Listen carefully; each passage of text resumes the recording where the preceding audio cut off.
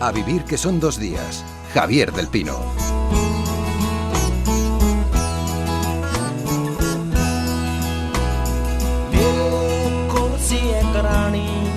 शायद मैं कहमा ओदे कुर्सी में उन्हें ओदा कमरा दुखा लिया है नी ये अच्छी नॉर्वेजियन लकड़ी उन्हें क्या रहना था मैं जा जित भी तेरी मर्जी मैं आले वाले दिन क्या कोई उठे कुर्सी नहीं सी मैं दुई ते बह गया समा सोच के ओदी शराब पी के असी 2 बजे तक गल्लां कीतियां फे ओने क्या सौंदा समा हो गया. Hoy arrancamos el programa una hora más tarde de lo habitual, pero con un habitual que es Ramón Lobo. ¿Cómo estás, Ramón? Buenos días. Muy buenos días, ¿qué tal? Feliz año. Igualmente, ¿cómo van esas navidades por allí? Bien, estuve el 31 en Tarifa y más hice una cosa que quería hacer hace mucho tiempo. Fin de año en Cádiz, o sea que todavía estás en 2014, porque en Andalucía creo que no ha corrido año. Bueno, en Tarifa dieron las campanadas 4 minutos antes que la Puerta del Sol. Menos mal que yo tenía en el iPhone las campanadas de verdad y pude acertar. Pero sobre todo fui a ver el cementerio. Tenía muchas ganas de hacer esto hace tiempo. En el cementerio de Tarifa hay una fosa común con emigrantes sin nombre. Y quería rendir un pequeño homenaje a esta gente que se deja el nombre, la vida y la esperanza en el estrecho. Terrible, terrible. Luego ya estás de vuelta a Madrid ahora, ¿no? Sí. ¿Algún viaje para las próximas semanas? No, hay uno ahí pendiente, pero bueno, por razones de seguridad vamos cambiando de escenario. Yo creo que al final vamos a ir a Getafe. El viaje es el de Barack Obama a Hawái con las hijas. O sea, sabes que se le ha complicado un poco. Sí, me he acordado de ti. Leí esa información en el New York Times. Era divertido porque hablaban que bueno, Malia y Sasha ya son adolescentes. O aborrecentes, como dice Choco, la mujer de Gervasio, que dice aborrecentes, que es muy, muy divertido. Pensé en ti porque decía en el artículo que pobre Obama, que después de todos los follones que tiene en el Congreso con los republicanos, ahora va a tener que pasar unas vacaciones con 2 aborrecentes. Sí, pero también pobres ellas, porque no hay nada peor para un adolescente aborrecente que pasar unas vacaciones con su padre, lo que antes era Malia y Sasha con su papá, porque eran muy pequeñitas, pero claro, ahora con la edad que tienen, que es como las mías, pues 16 ¿Tú cómo y 14, lo llevas? ¿Tú cómo lo llevas? Yo creo que en esto da igual ser periodista que ser el hombre más poderoso del mundo. O sea, cuando tú te pones al lado de tu hija adolescente, tu hija te mira y dice, mi padre, ¿no? O sea, sabes que había mucha polémica con ellas dos, por un par de cosas. Una porque en un acto público, creo que la más pequeña, pues salía con una minifalda y una congresista republicana empezó a meterse con ella por Facebook o por Twitter diciendo que son las hijas del presidente que deberían saber comportarse con más estilo. Lo cual me parece una barbaridad. Sí. Y la otra porque en esta ceremonia famosa de Acción de Gracias, cuando se perdona la vida a un pavo, ¿te acuerdas? Sí. Bueno, pues estaba ahí Obama con las niñas y entonces pues hizo el típico chiste de padre que no se da cuenta de que sus hijas ya han crecido y le dijo a una de las niñas, ¿queréis dar un paseo al pavo antes de que se marche y tal? Y las niñas le miraron como diciendo, joder, papá, eres el padre más tonto del universo. En fin, eso nos ha pasado a todos. Bueno, hay muchos republicanos que están de acuerdo con las niñas, ¿no? Eso sí que es verdad. En fin, oye, para nosotros pasar de un año a otro siempre es motivo más o menos de celebración, pero la verdad es que llevamos una salida de año y un primer momento de 2015 que está marcado por la violencia, marcado por la tragedia. Sí, en Francia ha sido algo menor, ¿no? Pero ha habido 940 coches quemados. Hemos tenido una avalancha en una fiesta de Nuevo Año en Shanghái que ha terminado con 36 muertos. Tenemos el ferry italiano Norman Atlantic que se incendió por Grecia ya cuando iba hacia Albania. Y tenemos 11 muertos y un número de desaparecidos que todavía no está claro. Y después el avión de Asia, que no es el mismo caso que el avión de Malasia que se perdió. Sabemos que se ha estrellado, se han recuperado algunos cadáveres. Y de nuevo el tercer caso de tragedia aérea este año, las 3 vinculadas de alguna manera a Malasia, porque AirAsia tiene su sede en Malasia y como dices, siguen recuperando cadáveres, muchos de ellos todavía con el cinturón de seguridad puesto y atados al sillón que ocupaban. Terrible.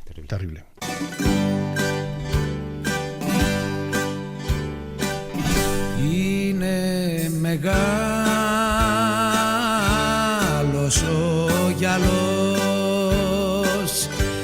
είναι μακρύ Primera selección musical del año, la primera que haces es Mikis Theodorakis. Ese es jugar sobre seguro, ¿eh? Sí, te iba a decir, podría ser peor, mejor puede que sea más complicado. Si hay un país en Europa que cierra el año con muchas preguntas en el aire, es Grecia. El lunes se producía la tercera y definitiva votación presidencial en la que podría haber convertido al conservador Stavros Dimas en jefe del Estado, pero el candidato de Nueva Democracia no consiguió los apoyos necesarios y la jornada terminaba con un adelanto electoral que va a llevar a los griegos a las urnas dentro de muy poquito, y además vamos a estar todos muy pendientes, el día 25 de enero, ¿no? Sí, 2 días después de mi cumpleaños, que va a ser una forma agradable de celebrarlo, no sé lo que pasará, pero recordemos que es la tercera vez que desde 2012 votan los griegos.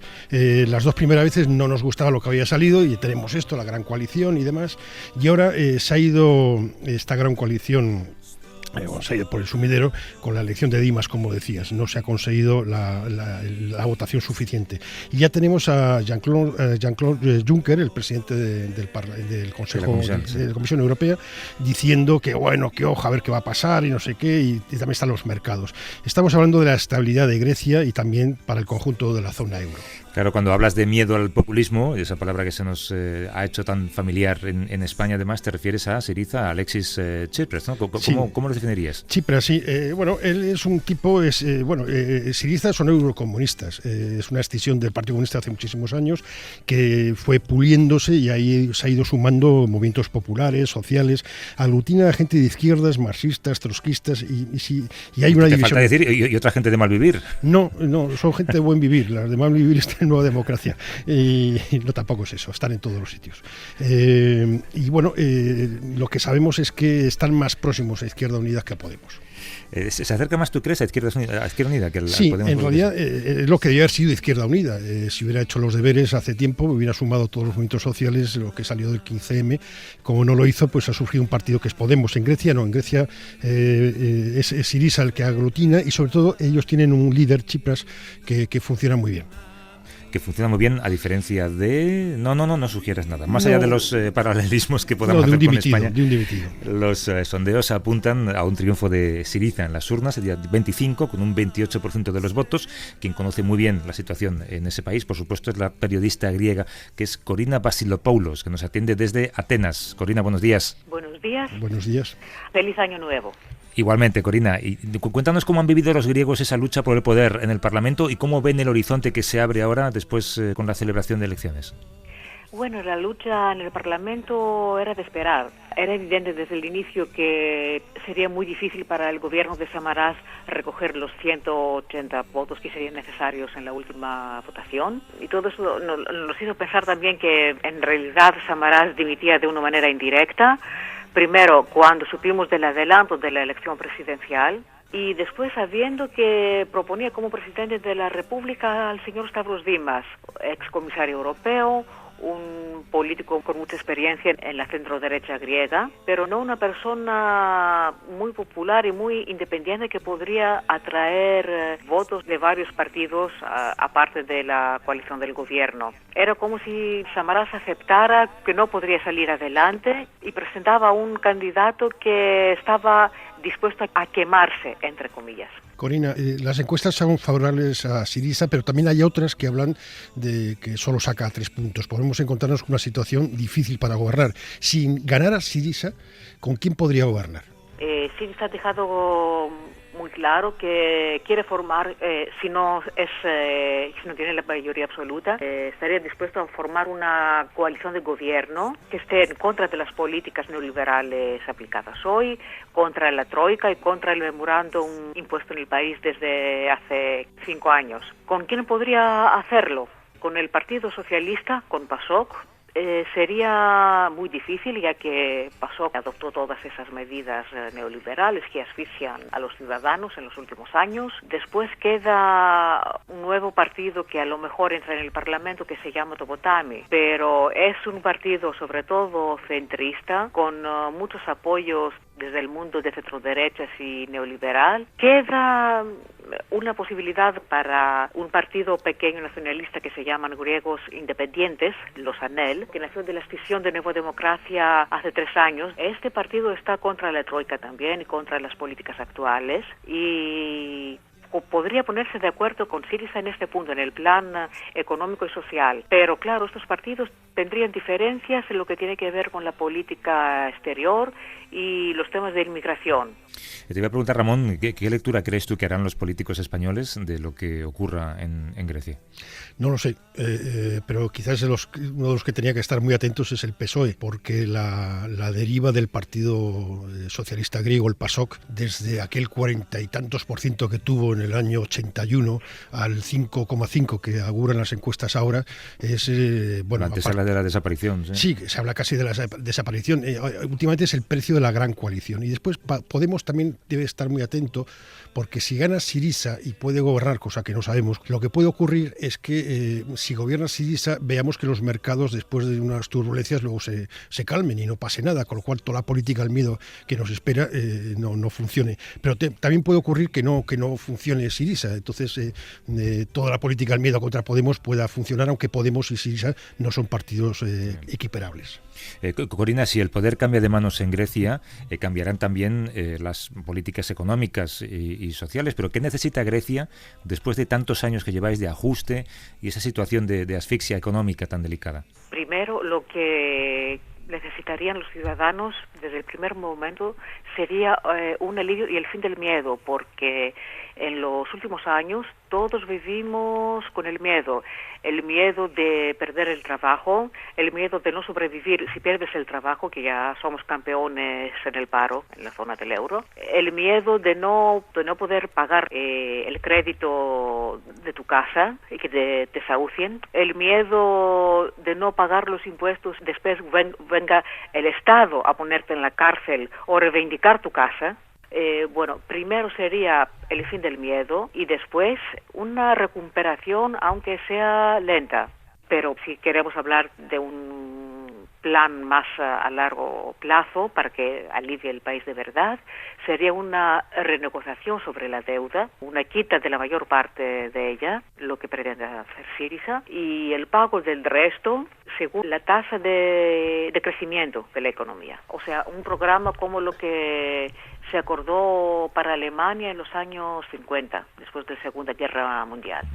Corina Vasilopoulos es periodista, nos ha atendido desde Atenas, desde Grecia. Gracias, Corina, un abrazo. Un abrazo a ustedes. Hasta luego.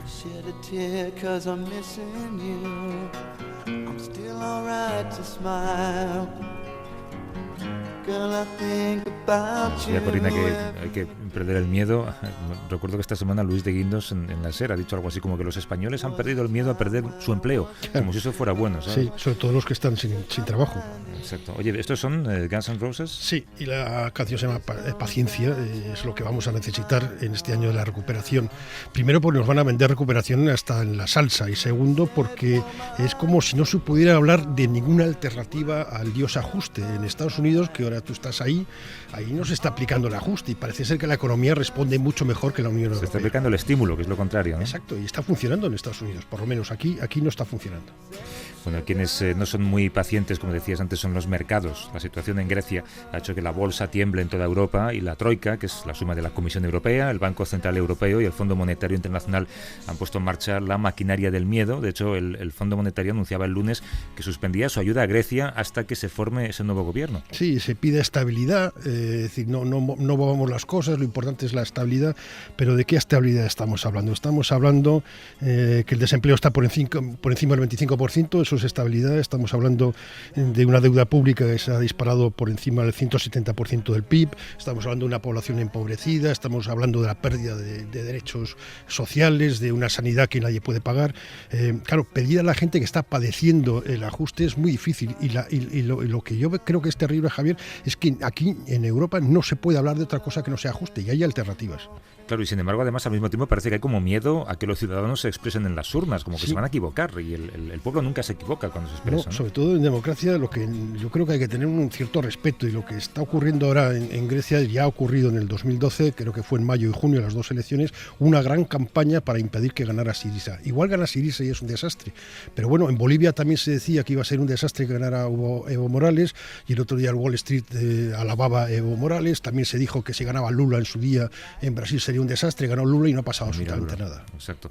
Bueno, con miedo o sin él, las urnas terminarán hablando y desde ya generan muchas preguntas. Una eventual victoria de Syriza en Grecia y un buen resultado de Podemos en España, ¿hasta qué punto haría peligrar el ajuste en la Unión Europea? Se lo queremos preguntar a un economista. Es miembro también de Economistas frente a la Crisis, José Moisés Martín Carretero.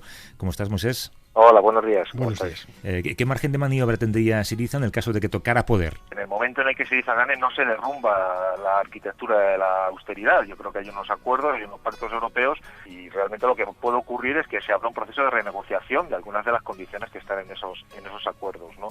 Lo cierto está en que el terreno ya está abonado para ello. Ya a finales del año pasado, tanto Renzi en Italia como Hollande y Valls en Francia reclamaron un mayor margen de maniobra para los gobiernos de cara a trasladar en el tiempo o a suavizar un poco las pendientes de austeridad. Por lo tanto, una eventual victoria de Syriza, que nos podría llevar a una negociación, entiendo que no amable, va a ser muy complicada con la Troika y especialmente con el gobierno de Alemania, se encuentra en un marco en el que si los países del sur hacen, no voy a decir frente común, pero sí que de alguna manera elevan el tono de sus propuestas y de sus protestas, nos podemos encontrar con un nuevo ciclo en la Unión Europea.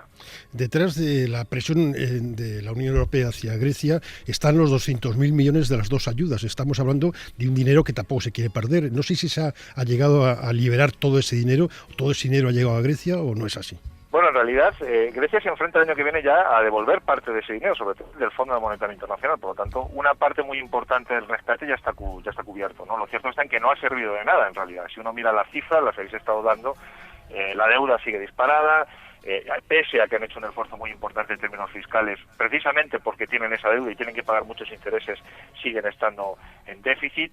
Por lo tanto, nos encontramos en una situación en la que no solamente estamos no a mitad de camino, sino que además el camino es el erróneo, ¿no? Yo creo que no está dando los resultados que se estaba esperando. ¿Hay paralelismos entre las medidas económicas que plantea Podemos y las que plantea Syriza? Yo creo que la situación es muy diferente. O sea, Grecia es un país que está entre la espada y la pared.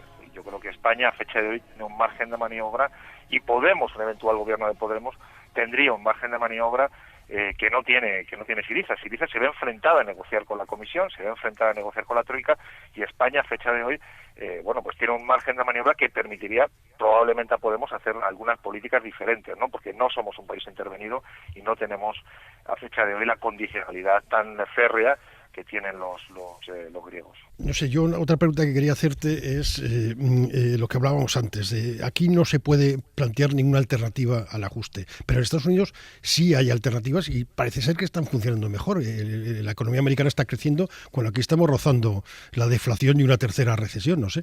Sí, vamos, esto de que no se pueden plantear alternativas al ajuste lo dice precisamente quien no quiere que las haya. O sea, básicamente lo que se plantea. Si uno mira la evolución de la política expansiva fiscal y expansiva monetaria que han tenido en Estados Unidos y sus resultados en términos de crecimiento y empleo, y mira los resultados de la política de austeridad que hemos tenido en la Unión Europea y en concreto en la eurozona, es que no hay color, quiero decir.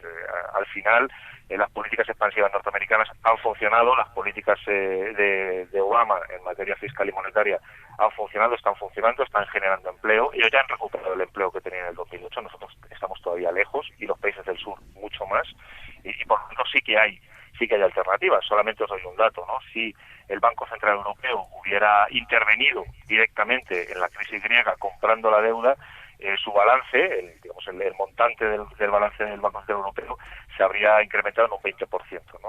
Parece demasiado. La Reserva Federal ha incrementado su montante, o sea, su actividad en la economía por un 400%, ¿no? Por lo tanto, estamos muy lejos todavía de agotar el grifo de las políticas expansivas. José Moisés Martín Carretero. Gracias, José Moisés. Un abrazo. Un abrazo, feliz Muchas año. gracias a vosotros. Hasta luego.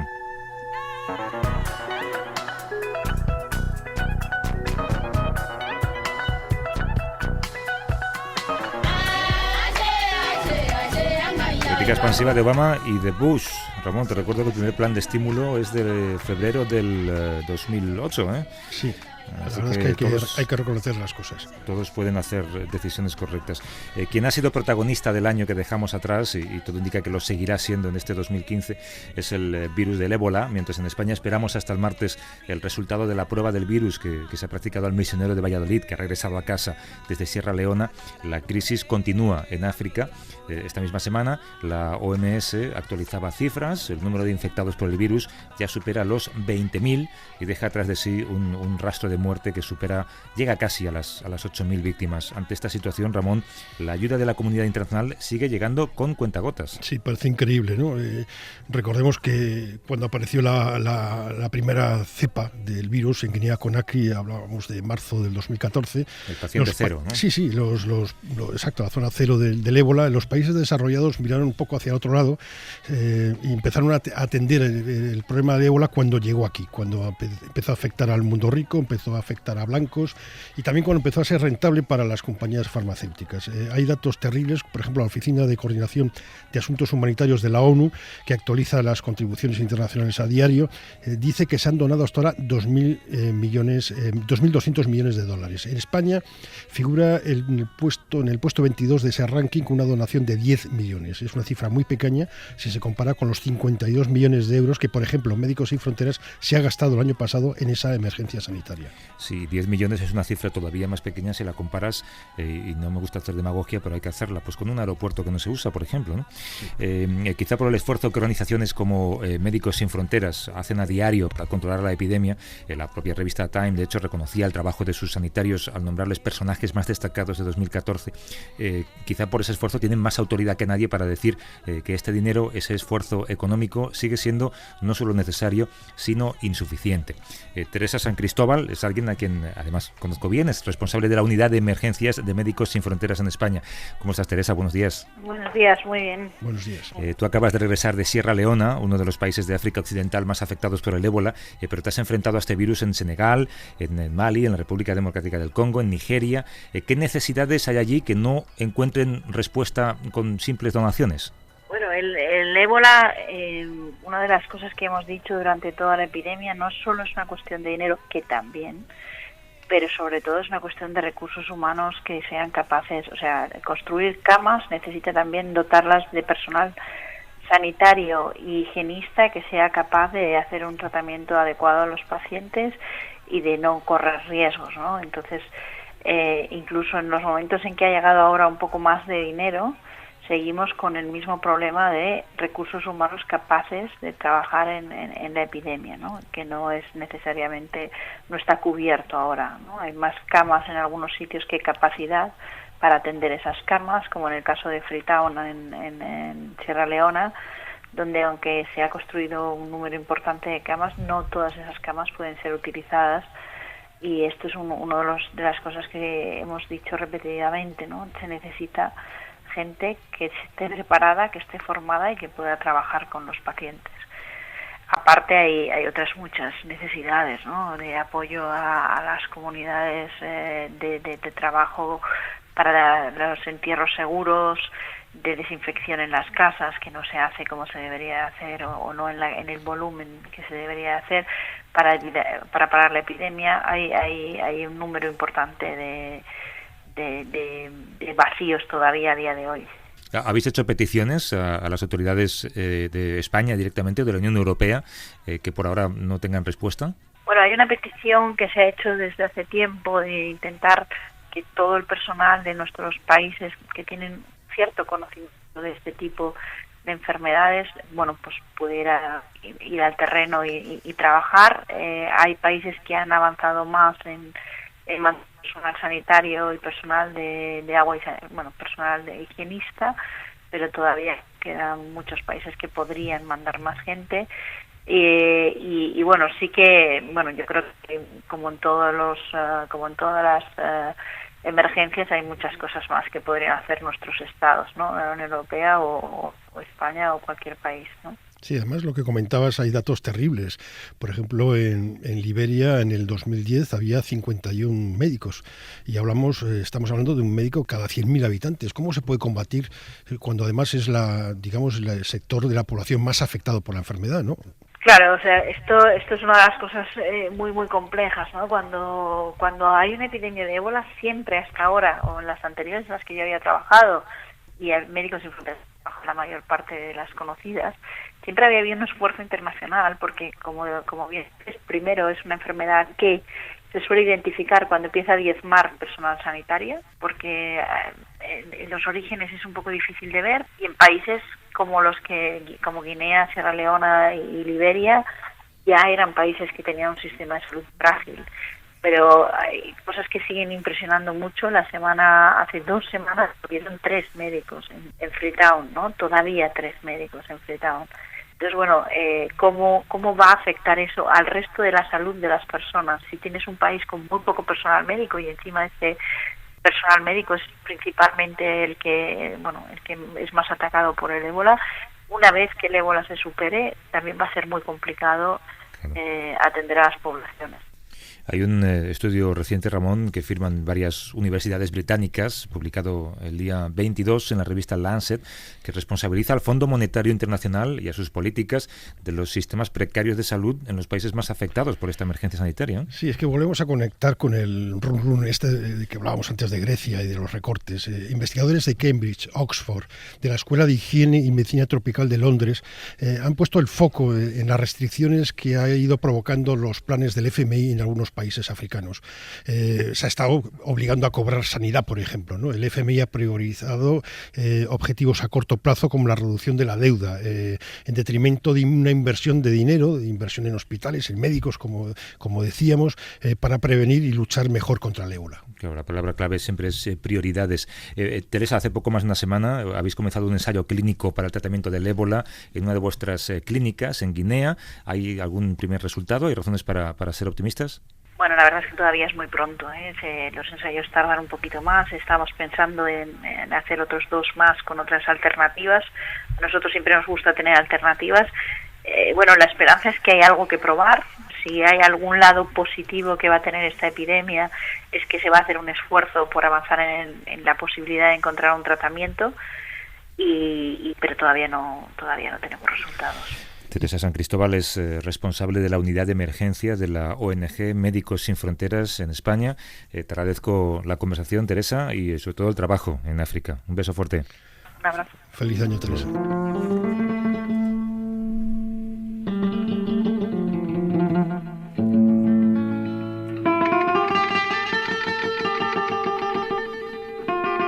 La gente no sabe que la de Afganistán es la guerra más larga en la que ha combatido Estados Unidos.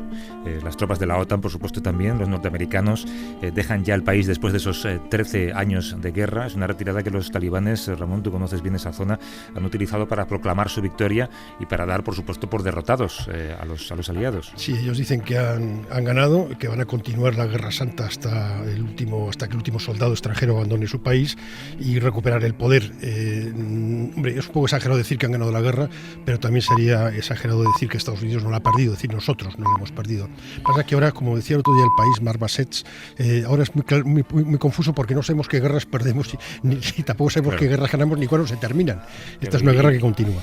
Y líbrenos nadie de subirnos a un portaaviones con un banderón en el que ponga misión cumplida, ¿no? Sí, nunca. Un error que puede cometer alguno. Quizás nos ayude a encontrar... la crisis ha terminado, que también... Sí, nos puede encontrar respuesta, nos puede ayudar Mikel Ayestarán, que es periodista de la televisión vasca, colaborador habitual del diario ABC, que ha seguido los acontecimientos más relevantes en Afganistán en los últimos años. Mikel, ¿cómo estás? Hola, ¿qué hay? Buenos días. ¿Qué ha conseguido desde 2001 la misión de la OTAN y los aliados en el país? ¿En qué situación queda ahora Afganistán, Mikel? Bueno, políticamente la OTAN ha conseguido uno de los objetivos que tenían al principio, que era alejar a los talibanes y a Al-Qaeda del gobierno, digamos, oficial de Kabul. Desde entonces, los que gobiernan son los señores de la guerra que hicieron de infantería durante aquella operación del año 2001.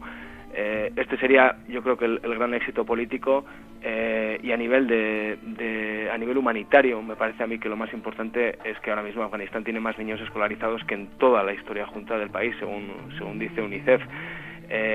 Por otra parte, el gran esfuerzo militar ha sido la formación y la equipación de una fuerza militar, de un ejército. Han formado ahora mismo a unos 350.000 hombres, son las cifras que están dando entre soldados y policías, a los que directamente les han dado toda la responsabilidad de la seguridad, pero la verdad es que genera muchas dudas. Es un ejército que depende absolutamente de la ayuda exterior y que este año ha sufrido miles de bajas. ¿Y que esto es sostenible o pueden los talibanes recuperar el poder? Yo, Ramón, creo, y yo creo que esto lo hemos compartido muchas veces, esa sensación, ¿no? que el poder realmente no lo han perdido, no están oficialmente, físicamente, no les puedes ver en Kabul como se les veía durante la época del Emirato, pero todo lo que es el cinturón pastún del sur del país están muy presentes. Un detalle como el de la ceremonia de despedida de la OTAN, la riada de banderas se tuvo que realizar en un lugar secreto, a una hora absolutamente secreta. Solo se reveló en el último momento. Me decían algunos periodistas locales que tuvieron que estar horas y horas esperando, porque incluso la misma OTAN no se atrevía a hacerlo público en un lugar más abierto, debido al incremento de los ataques en las últimas semanas. Son ataques no solamente ya contra instalaciones de la OTAN, sino contra todo objetivo occidental que hay ahora mismo en Kabul, ¿no? Las medidas de seguridad, la verdad es que son cada vez peores. Y fíjate, para Estados Unidos es un balance también muy agridulce, ¿no? Ha perdido a más de 2.000 militares, hay 800.000 soldados que han regresado con secuelas físicas o psicológicas. Es un cierre en falso, lógicamente, porque la guerra entre el gobierno afgano, que es el aliado de Washington, y los talibanes, que protegieron a Bin Laden después del 11S, esa guerra continúa. Obama ha reconocido que el país sigue siendo peligroso. En el día a día, Miquel, ¿tú crees que la población notará el cambio, esa salida de la OTAN del país? La tendencia ya en los últimos años está siendo tan negativa que esta salida todavía va a afectarles, pero va a afectarles más negativamente, ¿no? Estamos hablando, los últimos datos que ha dado también Naciones Unidas están hablando de 3.200 civiles muertos este año, más de 6.500 heridos, una cifra que va creciendo año a año. Quiere decir que después de tantos años de misión, el afgano medio, desde luego, no creo que va a notar la ausencia de las tropas de la OTAN en la calle. Yo creo que lo va a agradecer. Lo que tiene es esa incertidumbre del tiempo que van a tardar, porque yo creo que es cuestión de tiempo, que van a tardar en pegarse entre sí este invento, este nuevo gobierno de alianza que ha intentado crear Estados Unidos, que lleva ya más de 3 meses, digamos, en el cargo, que han sido incapaces todavía de consensuar un gabinete. Hay un vacío de poder muy muy fuerte, y los afganos están con esta incógnita de saber. El avance talibán es evidente desde el sur hacia la capital, esa amenaza la conoce muy bien. La siguiente amenaza, que es a la que más temen también, es que la lucha interna entre los propios aliados hasta ahora de Estados Unidos. Miquel Ayestarán es periodista de la televisión vasca, colabora habitualmente con el diario ABC, conoce muy bien ese país. Miquel, un abrazo, gracias. Muchas gracias. Agur. Hasta luego. Agur. Señor Rapoport, soy la agente Lacey de la CIA. Van a estar ustedes a solas con Kim. ¡Tenemos la entrevista! A la CIA le encantaría si pudieran matarle. ¡Hola, Corea del Norte! ¿Sabes lo que es esto, no? Sí, creo que es una película que está siendo muy popular en Corea del Norte, ¿no? Bueno, creo que van a haber aviones, no sé si de Corea del Sur, que van a dejar caer DVDs sobre la población, ¿no? Es la primera vez que una comedia de este tipo puede ser repartida como si fuera alimento de guerra. Es The Interview, la película por la cual, según parece, o según el FBI, Corea del Norte decidió hackear los ordenadores de Sony. ¿Tú lo has visto, Ramón? No, pero creo que tú sí, ¿no? Yo sí la he visto, sí. ¿Ya has pagado o la has pirateado? Sí, no, yo, vamos, además es una educación que le quiero dejar a mis hijas, hay que hacerlo todo legalmente, ¿no? Evidentemente. Es muy fácil verla porque todos los servicios de internet te la ofrecen en streaming por 5,99, que yo creo que es un precio razonable, ¿no? ¿Qué te ha parecido? De hecho, Sony ha recaudado, fíjate, 20 millones en total. A mí me ha parecido que es una comedia con muchos altibajos y sobre todo un humor que se ha impuesto mucho en este país, que es el humor para adolescentes, lleno de por referencias escatológicas o sexuales, pero tiene momentos de crítica política que sí que son divertidos. No soy muy fan de James Franco, pero en fin, yo creo que una película sobre Corea del Norte, David Broncano la habría hecho mucho mejor. ¿A ti qué te parece que Sony no haya sucumbido a las amenazas de lo que podría llamarse la nueva guerra fría de Internet? Bueno, ha sucumbido en parte porque la primera reacción fue no sacarla, ¿no? Aplazar el estreno, la distribución. Y luego, cuando Obama dijo que no se podía suprimir esto, ¿no?, por amenazas de un país, de una dictadura, y que había que defender la libertad de expresión, recordando un poco aquello de las viñetas de Mahoma, pues Sony reculó un poco, pero bueno, ahí sigue el miedo, porque la película se estrena en salas independientes, en 300 salas independientes. Está un poco lejos del gran circuito comercial. Sí, y de hecho no solamente Sony se echó para atrás un poco por miedo, también la primera empresa con la que contactaron para distribuir la película por vía digital fue Apple, y Apple dijo que no quería hacerlo.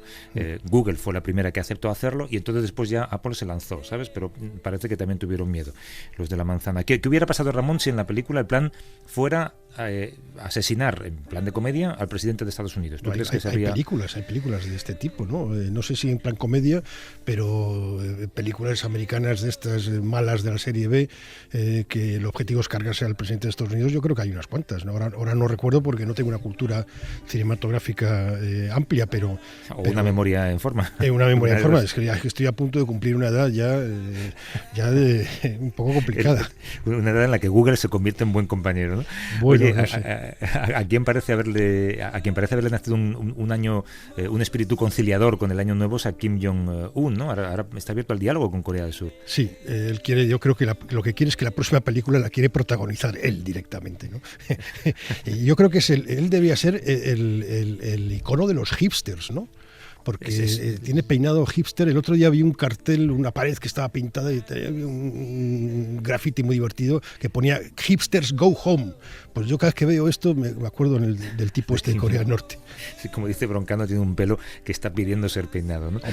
Afeitado. Si te parece, cerramos el capítulo de Corea del Norte, no por miedo a Kim Jong-un, que nunca se sabe, pero sí nos deja una secuela, ¿no? Que es la curiosidad de saber cómo enseña a los chavales a protegerse en la red Juan García, que es director de Adama Web, que es una empresa especializada en alfabetización digital. Juan, ¿cómo estás? Buenos días. Hola, buenos días, ¿qué tal? ¿Cómo estáis? Mira, el otro día escuché aquí en la radio al presidente de Sony, que un poco para justificarse decía que el 90% de las grandes corporaciones de Estados Unidos, o sea, las IBM, las General Motors, todas estas, habrían sucumbido a un ataque cibernético como aquel al que ha sido sometido Sony. ¿Tú crees que frente a este tipo de ataques no hay nada que hacer? Pienso que hay mucho que hacer para reducir el impacto de los daños, pero sí que pienso que no se pueden evitar al 100%. De hecho, esa cifra que daba el responsable de Sony incluso me parece que se queda corta. Yo creo que al día de hoy no hay ningún servicio de Internet, ni siquiera Google, que lo ha sufrido con Gmail y con otros productos, que sea capaz de soportar este tipo de ataques, ¿no?, masivos.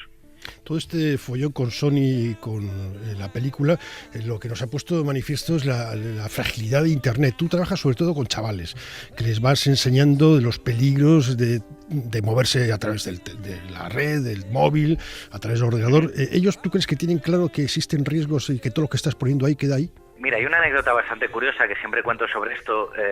Hace unos años un grupo de hackers, de hecho, de hackers no, que me matarían mis queridos amigos hackers, de delincuentes informáticos, que no es lo mismo que hackers, un grupo de delincuentes informáticos entraron en los servidores de Sony PlayStation, no este ataque de este año, sino hace 2 años, y robaron las contraseñas de millones de jugadores de Sony PlayStation que por rango de edad, como os imaginaréis, pues están principalmente en la ESO, bachiller, primeros de universidad, ¿no? Ese rango de edad, lo que se llama nativos digitales.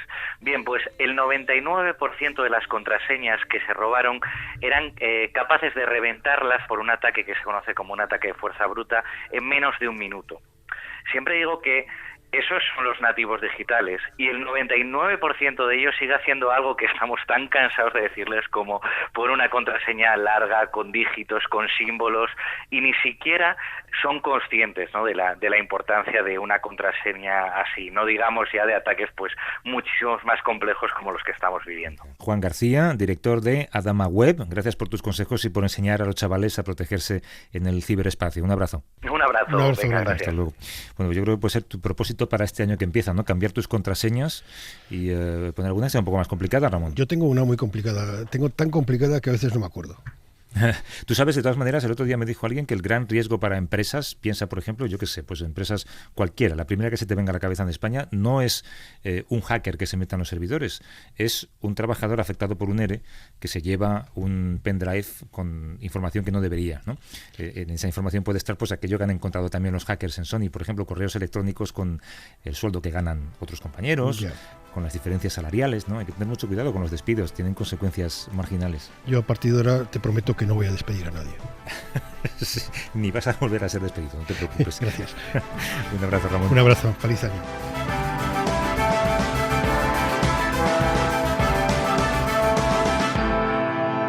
A vivir que son 2 días. Javier del Pino.